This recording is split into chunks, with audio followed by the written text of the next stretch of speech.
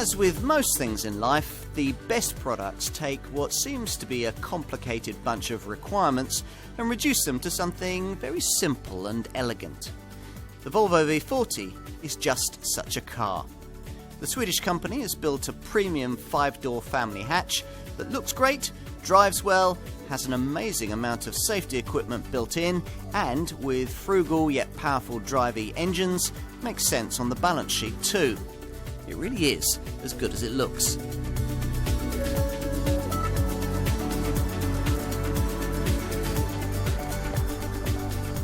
Traditionally, Volvos have been better when they've been bigger. It's not that the Swedish brand hasn't tried its hardest with compact, more affordable models. On the contrary, it has a heritage in such designs stretching all the way back to the PV51 of 1936. None, though, has been what you'd call desirable, unless for you, desire is a virtue that's safe, solid and sensible. Here, though, is a car that is.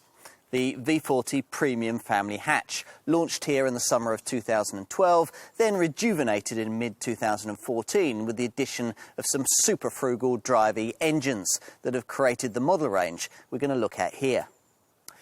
Prior to its original introduction, this car's lineage was unremarkable. Through the 340, 360 models of the late 70s, the 440, 460 series of the late 80s, and even the two generations of S40 saloon that more recently followed them, compact Volvo models have sold steadily to virtuous Volvo people, but not really to anyone else. The brand's Chinese owners, Zhejiang Geely, who took over from Ford a few years back, needed more. A range of future models that kept the old qualities, but redefined them in a more dynamic, interesting, lifestyle-orientated and forward-thinking way. This V40 was the first of them and remains without doubt the most important. Despite the V designation traditionally used by the brand to reference estate cars, this is a focus-sized family hatch, but a rather posh one, aimed at the top end of this segment, where you'll find premium models like BMW's 1 Series, Audi's A3 and the Mercedes A-Class. Its job is to take on these elite rivals, simultaneously replace the old S40 saloon and V50 estate models that in the early years of this century kept dealers afloat, and play a major part in doubling the company's worldwide sales by 2020. But it was launched without the key weapon it will need in meeting that objective, the class-leading range of power plants developed as part of the Volvo Drive-E engine lineup that I mentioned earlier. Now that some of these have been installed into this car, the Swedish brand's sales targets are beginning to look achievable, provided that buyers can be persuaded behind the wheel of variants like the one that I'm going to be driving here, the 190 brake horsepower diesel D4 model. Here's a version that sprints to 62 miles an hour in less than 7.5 seconds, yet can return a combined cycle average of nearly 75 miles to the gallon, with CO2 returns below 100 grams per kilometre. Here, in other words, is a product headlining a model range now promising to offer a very compelling proposition indeed, which will be necessary in view of the tough competition this Swedish contender will have to face. So, how does it stack up? We're going to find out.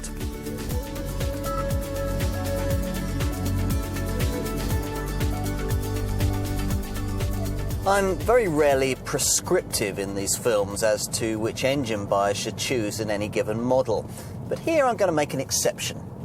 If your budget can stretch to the variant I'm driving here, the 190 brake horsepower diesel D4, then I can't really see any reason why you wouldn't buy it. Volvo will certainly want you to, for this new generation Drive-E engine is their own design, in contrast to the other old-tech Ford-derived diesel units this car was launched with. Compared to these, the Drive-E technology puts this D4 in a different class altogether, which explains why it can sprint to 62 miles an hour in just 7.4 seconds en route to 143 miles an hour, yet at launch could still return combined cycle fuel and CO2 returns pretty close to those managed by the feeblest V40 diesel in the lineup, the 115 brake horsepower D2. This 2-litre D4 unit shows us where Volvo is going with its diesel engines, and in different states of tune will form the basis for the brand's entire diesel lineup, dispensing once and for all with the old Ford-derived power plants. In the same way, when it comes to petrol power, there's also a drivey 2-litre petrol engine at the top of the range, the 245 brake horsepower unit in the flagship V40 T5 model, there to form the basis for a whole family of less powerful petrol variants. Enough on this Swedish brand's engine strategy. What's this car really like on the road? Well, if you've done a little homework before you test drive, then you might find yourself approaching this V40 with something of a conflict of emotions. Let's be honest, a dynamic drive isn't something you expect from a Volvo, yet this one sits on a platform shared with the best handling family hatchback on the planet, Ford's Focus. But then, not so long ago, we were told that about the brand's smaller and surprisingly stodgy C30 Coupe. This car must do better. It does. Here's a hatch clearly developed by people who care about driving. 4 people, in fact, in a dynamic chassis team that includes a Swedish rally driver and a guy who races a Mazda MX-5 at weekends. They pounded around awful British roads for thousands of miles until satisfied that this car could match or beat the best in the class, even with the standard dynamic spec chassis that even the humblest V40 models have. The result is a very good compromise indeed of an absorbent ride and assured handling composure. You can always spoil it if you want to by opting for a sports chassis that offers firmer springs and dampers and lowers the ride height by just under half an inch, also lowering the centre of gravity. I'd be equally suspicious of the optional 3-mode electric power assist steering system, which you can vary between finger light and glutinously heavy, but you'll mostly end up leaving in the medium mode the engineers reckoned was best in the first place. A better feature is the corner traction control system that brakes the inner driven wheels in tight bends, transferring power to the outer wheel and allowing you to fire the car from corner to corner in a way you just wouldn't expect yourself to be able to do in a Volvo. That's another reason why you might enjoy the pokey power outputs common to both the new tech drivey engines first launched in this improved V40 lineup, the ones I mentioned earlier, this 190 brake horsepower D4 diesel and the 245 brake horsepower T5 petrol model. The T5 comes only with the silky smooth twin-clutch 8-speed Geartronic auto transmission that's an option on this D4, and it's certainly a very rapid thing. The T5 making 62 miles an hour from rest in just 6.3 seconds, en route to a maximum of 149 miles an hour. Go for a T5 V40 in cross-country trim, and you can also order your car with 4-wheel drive. If you do want to look at lesser derivatives of this car, it's worth asking your dealer whether the version in question has been fitted with one of the new Drive E power plants. Even if it hasn't and the price is right, then this V40 could still make a lot of sense. For diesel drivers, the older engines include a 115 brake horsepower 1.6 litre unit in the D2 and a 150 brake horsepower power plant in the D3. For petrol people, there's a 180 brake horsepower 1.6 litre unit in the T4. There's also lower powered versions of this 1.6 litre unit, developing either 120 brake horsepower in the T2 or 150 brake horsepower in the T3.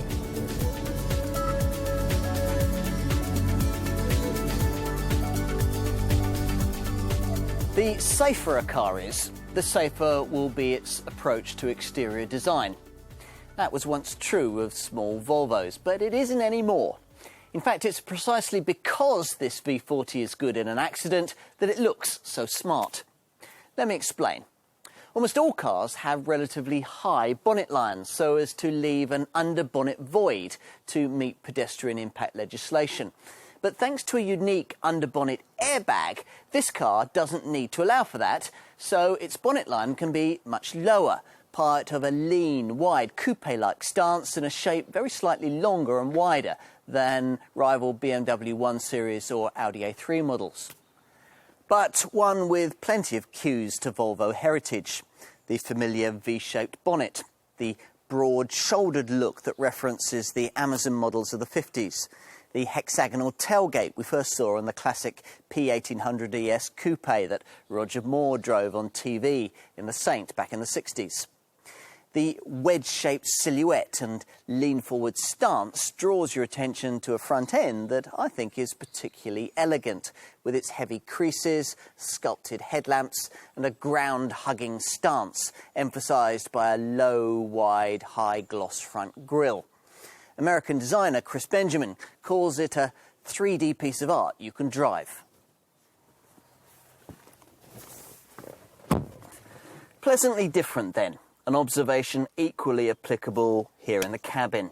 Of course, it needs to be good if sales are to be stolen from the likes of the BMW 1 Series and the Audi A3. A tough assignment tackled with an unpretentious, designed around you philosophy, epitomised by this beautifully positioned infotainment screen that, once you've figured out its complicated menus, enables you to deal with audio, navigation, phone and other functions almost without taking your eyes off the road. Now, the idea is that, like IKEA furniture, this cabin should be typically Scandinavian, comfortable, simple, intuitive and visually pleasing. And broadly it is. Yes, the storage space on offer is certainly bettered by some rivals. The door bins are tiny, for example. Some of the stalks could feel a bit more substantial, and this trademark floating centre console has rather too many small buttons on it. But these details apart, the overall effect is far more successful than anything Volvo has managed to date. The eye drawn to slick but unfortunately optional detailing, such as the translucent gear lever and the frameless rearview mirror. One of the nicest touches that's worth shelling out a little extra for is the high-tech TFT instrument display. With the flick of a switch, you can choose between 3 different dial layouts. A green backlit eco setting to help you drive more economically, a red backlit performance mode to better suit for spirited driving, and the more usual amber backlit elegant setting for more comfort-orientated day-to-day motoring. I'd also want to tick the box for the lovely theatre lighting, which can be adjusted through 7 mood themes from red to blue. You can get carried away with things like this and forget more crucial considerations. The seats, for example. It's remarkable how little importance we attach to the things we'll be sitting on in our cars, given that we'll be spending many hundreds or thousands of hours in the things. And down the years, Volvo has quietly earned a reputation for making the comfiest chairs in the business. Now, this V40 continues that form line with what have to be the most supportive yet wonderfully pillowy seats in the family hatch sector. Courtesy of a curve on the door sill, access into the back isn't quite as easy as with some rivals. But once you're inside, leg, shoulder and knee room are quite good for 2 adults, courtesy of the way that the seats have been angled slightly inwards to give rear occupants more space and a better view forward. Mind you, that doesn't do much for the centre part of the rear bench, a place that you won't want to be confined for any distance. Still, there isn't any contender in this segment able to comfortably seat 3 fully sized adults across the back over long journeys. Headroom is fine, though is slightly compromised if you pay extra for this huge glass panoramic roof. And I like the little touches, like these pop-out cup holders and the little storage compartments down by the doors. And luggage space? Well, the 335-litre boot isn't the biggest in the sector, but it is at least larger than that of a Ford Focus, though that's not saying very much. Still, you can at least make very good use of the space available with features like this folding boot floor that conceals an underfloor panel where you can store valuable items away from prying eyes. You can also specify bag hooks, hanging storage nets and a load organiser that can compartmentalise your load to keep your eggs from mixing with your iron brew. Now, if you need more space, pushing forward the 60/40 split rear bench frees up 1,032 litres of total fresh air, though it's not quite flat. Should you need to regularly transport something really long, say a bike or a surfboard, then you might want to specify your car with this useful fold-forward front passenger seat.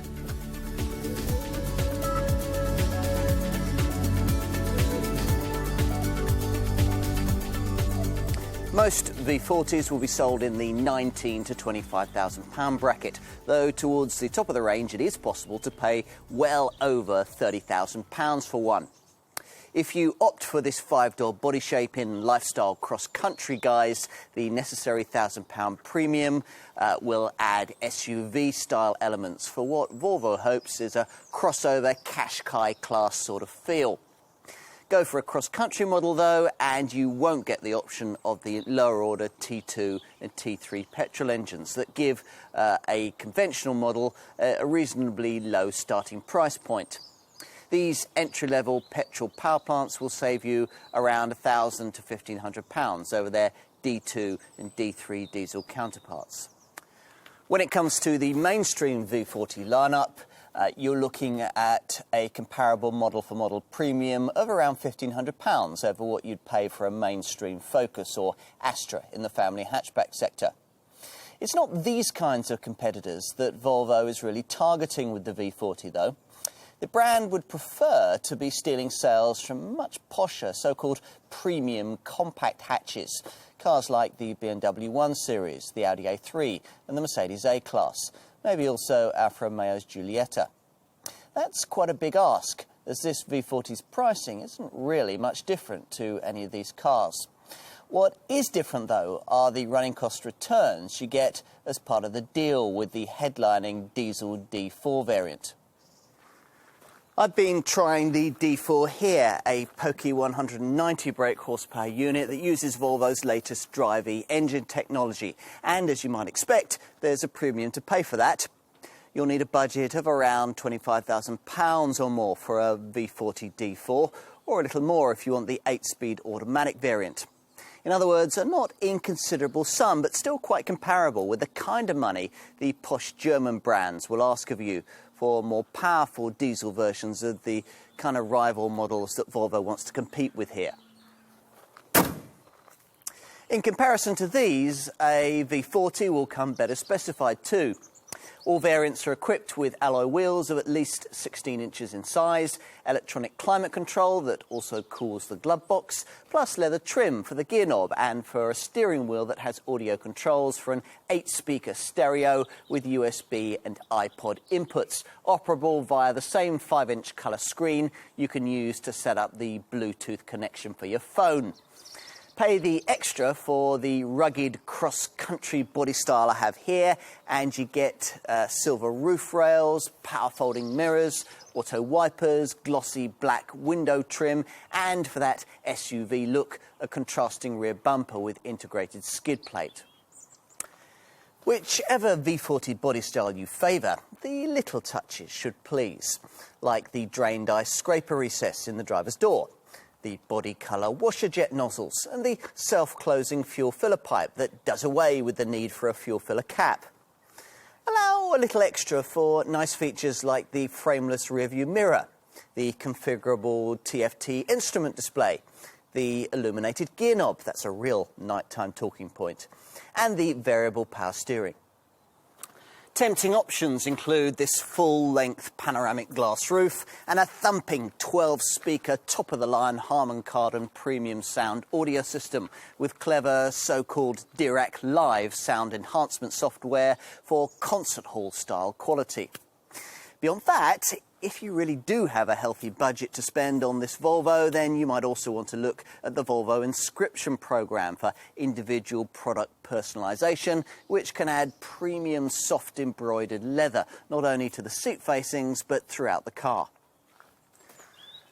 Were I an owner, I'd also want to take advantage of a very clever free mobile app developed for this car. Now this will help you locate your V40 in a crowded car park, remotely lock or unlock the doors, tell you if the alarm's been activated, update you on fuel level and range, and even give you detailed data on every trip undertaken in the last 40 days.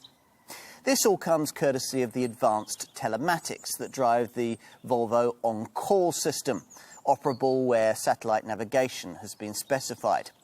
Via this, you can call for help in a breakdown or accident situation, and in fact, the system will contact the emergency services automatically if the airbags are triggered.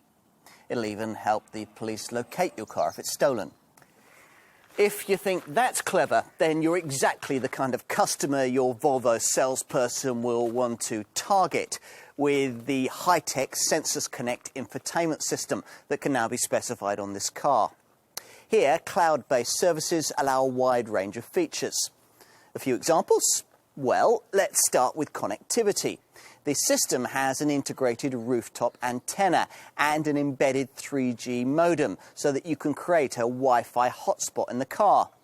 There's also Bluetooth audio streaming, which of course comes into its own in terms of entertainment. So you'll be able to stream music seamlessly through the TuneIn app, access over 100,000 global radio stations, and through the Stitcher app, get on-demand radio shows and podcasts. Navigation is a key part of the Sensors proposition too. What Volvo calls its Here Location platform is there to provide connected navigation with 3D maps. And a clever Send to Car feature enables you to find a destination on your phone and send it to your car's navigation system. Finally, there's a range of features simply aimed at making your life easier. Not only things like voice recognition and text-to-speech, but also other features that will enable you to do things like find and pay for parking, use Wikipedia for local points of interest information, or discover new restaurants at any journey destination. So yes, your V40 can be class-leadingly clever, but it's also got its priorities in the right place too. And with any Volvo, that always means an overriding emphasis on safety, appropriate from a company that has, since its creation in 1927, prioritised the preservation of its drivers, pioneering everything from the three-point seatbelt to side impact airbags. Today, the Gothenburg goal is that by the year 2020, no one anywhere should die or suffer serious injuries in a new Volvo car. Quite a target when you consider that at present in China alone, around 600 people die on the roads every day. Achievable? Well, you start to believe in it when you begin to examine the roster of safety kit developed for V40 customers.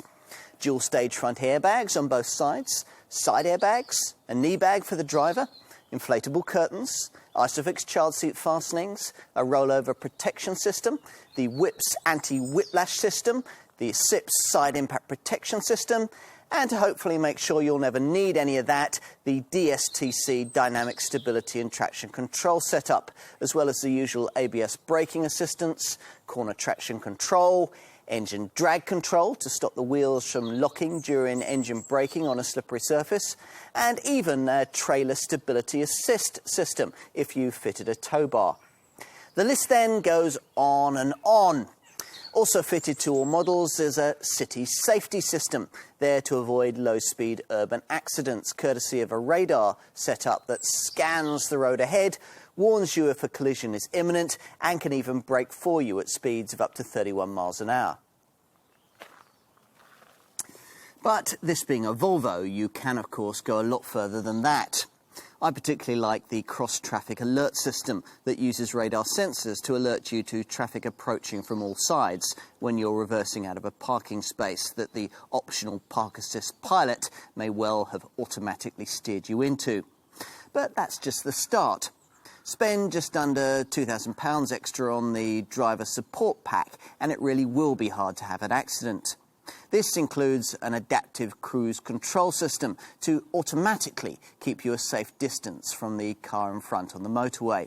Somewhere that you might also appreciate, the collision warning with full auto brake setup that'll be constantly monitoring the vehicle that's in front of you. Now, should that vehicle brake suddenly, your V40 will instantly react, helping you avoid an accident or decreasing its severity. Also included is an upgraded version of Volvo's clever BLIS blind spot information system. This now not only stops you dangerously pulling out to overtake someone, but also informs you of cars fast approaching from the rear. What else? Well, there are headlamps that automatically dip themselves for you at night. Then there's a lane departure warning system that will stop dozy drivers from veering out of their lanes on the highway. What else? A driver alert control system that monitors you as you drive and will alert you if you seem to be drowsy. Then there's a camera that will read road signs as you pass and display them on the dash. Oh, and a pedestrian detection system that scans the road ahead for people and at speeds of up to 21 miles an hour can brake to avoid them. Mind you, those unfortunates that are unlucky enough to get hit by a V40 certainly have a better chance than most of surviving. The safety headline with this car is a world first, a pedestrian airbag. Yes, you heard that right, an airbag on this car that looks after passers-by. It's standard on all models and operable in the 12 to 31 mile an hour speed bracket in which 90% of pedestrian accidents take place. Sitting just beneath the bonnet, it pushes the rear edge of the bonnet up in an impact, cushioning the area beneath and extending that same cushion a third of the way up the windscreen, just where a victim's head might land. By now then, you've got the idea. If you want the safest car in the family hatchback class, you're looking at it right here.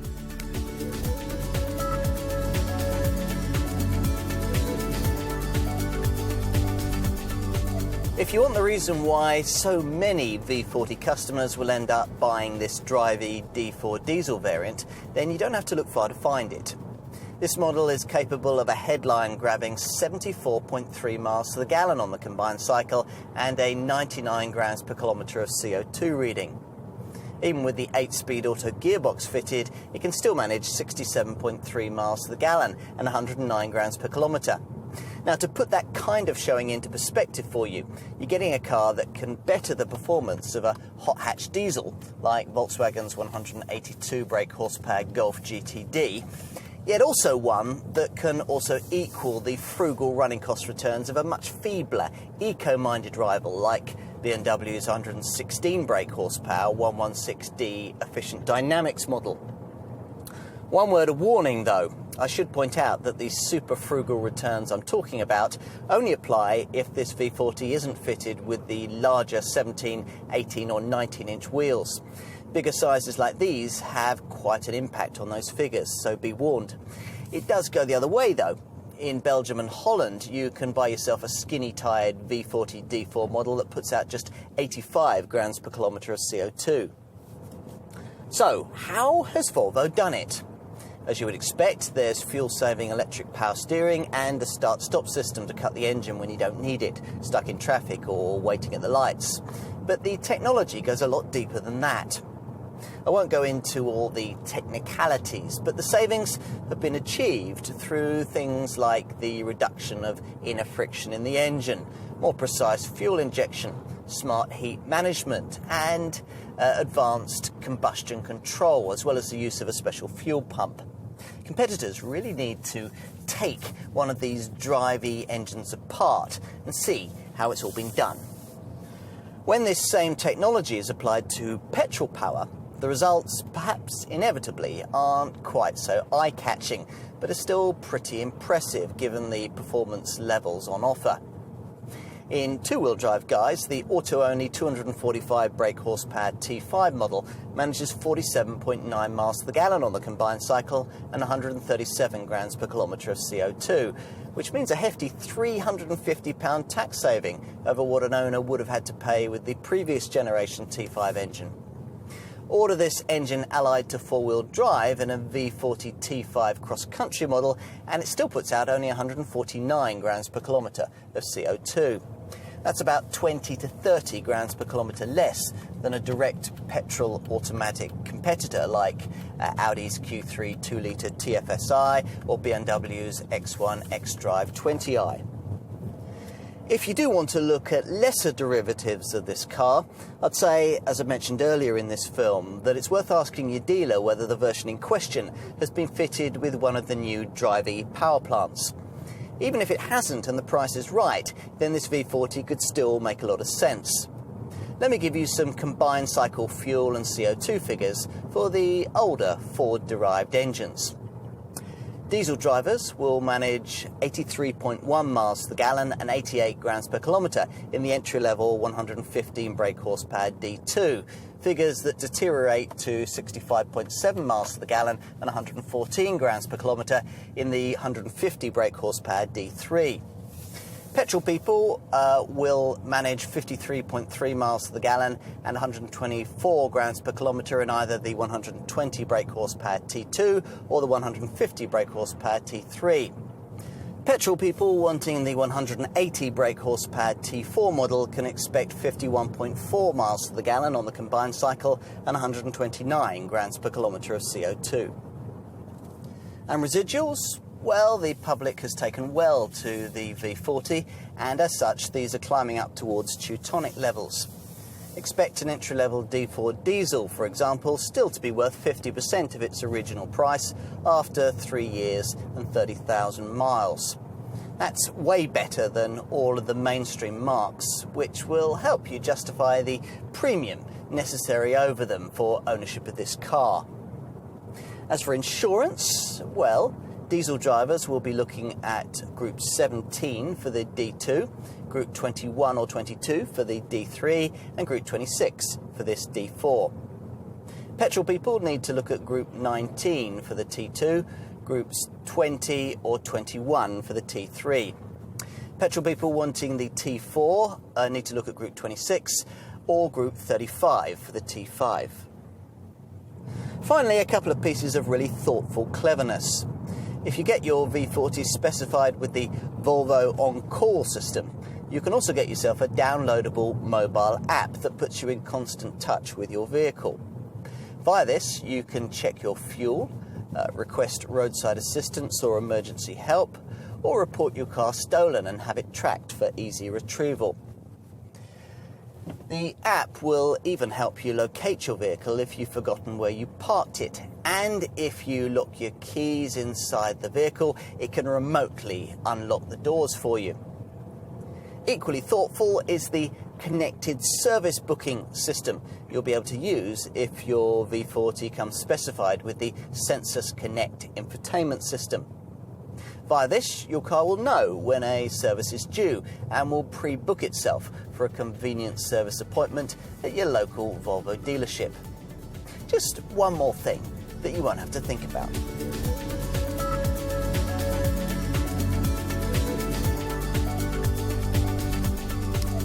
With the V40, Volvo has brought its brand up to date. Fashionable styling, clothes, some serious safety in a very assured piece of design. Gothenburg has taken on the Germans before, but never like this. In the premium compact hatch segment, only BMW's 1 Series can out-handle this car, and that's only because of its rear-wheel drive, a layout Volvo thinks is better suited to Silverstone than Surbiton. In any case, careful development of this car's dynamic, Focus-inspired underpinnings has left us with a car an enthusiast might still enjoy. Which is a surprise, but then much about this car is. Take the D4 Drive-E diesel engine that ideally you'd really want to find beneath the bonnet. Just how often have you come across a sensibly sized car able to sprint to 62 miles an hour in under 7.5 seconds that can also manage nearly 75 miles to the gallon while putting out under 100 grams per kilometre of CO2? I'm not sure I ever have. As a result, this efficient yet characterful, stylish yet sensible car ought to appeal far beyond Volvo's core customer base. It ought to, but it may not. BMW, Audi, Mercedes, even Alfa Romeo customers, they're all pretty parochial. They shouldn't be. A drive in one of these would blow away quite a few prejudices. Whoever would have thought it?